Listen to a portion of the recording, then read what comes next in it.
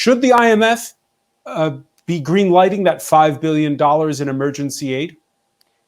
To me, if you were looking for a yes or no answer, the answer is no. There's a backlog to that. I think the reason they're going to be dragging, the reason they're going to be talking about the time it takes is because they're going to be dragging their feet. There may be a pocket veto at the end of this with the US or some of the other nations. I certainly am no international financial institutions expert when it comes to the IMF and World Bank, but I think the answer is no. And the priority is to be able to say, if Iran does have significant reserves, and if Khamenei was able to mobilize, I don't remember how many billion in mid to late March, something of Iran's kind of like national sovereign wealth fund, why wasn't that money tapped into during the month of February and during early March? Why did the Foreign Ministry of the Islamic Republic go around having this whole sanctions campaign, sanctions removal debate, rather than actually press their own government to mobilize and get that money out earlier?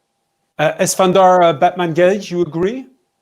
No, I don't. And I think, unfortunately, a lot of how Behnam has sort of framed this debate is a bit of a cop-out for the US not doing enough to ease humanitarian trade. The best example of this is if we go to the Swiss channel that Behnam mentioned, which was launched in January of this year. And it took a year to set up that channel between negotiations where the Swiss government had asked the US to open such a channel because Switzerland is an important exporter of medical supplies.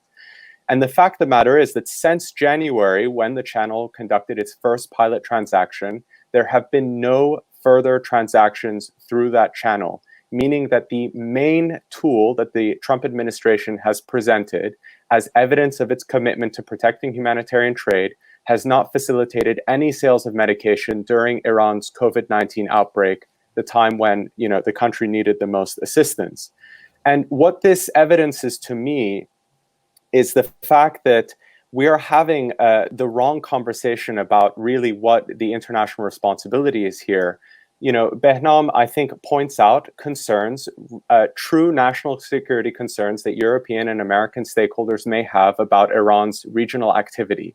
But to present those arguments as evidence that Iran somehow, and particularly the Iranian people, deserve or should only expect to deal with the nature of the outbreak that they're confronting right now is frankly disingenuous and does not speak to the kinds of humanitarian commitments that we would expect Western policymaking to put at its heart.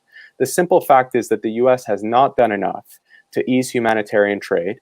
And if we go to the IMF request and you acknowledge that the governor of Iran's central bank has even suggested that the $5 billion loan be dispersed through the Swiss channel that has US oversight, that was set up by the Treasury Department, you recognize that the Iranian government is not here trying to have some sort of duplicitous approach to sanctions relief. I think they're trying to get their hands on practical resources so that they can avoid the difficult trade-off between the economic crisis they're facing and the public health crisis they're facing.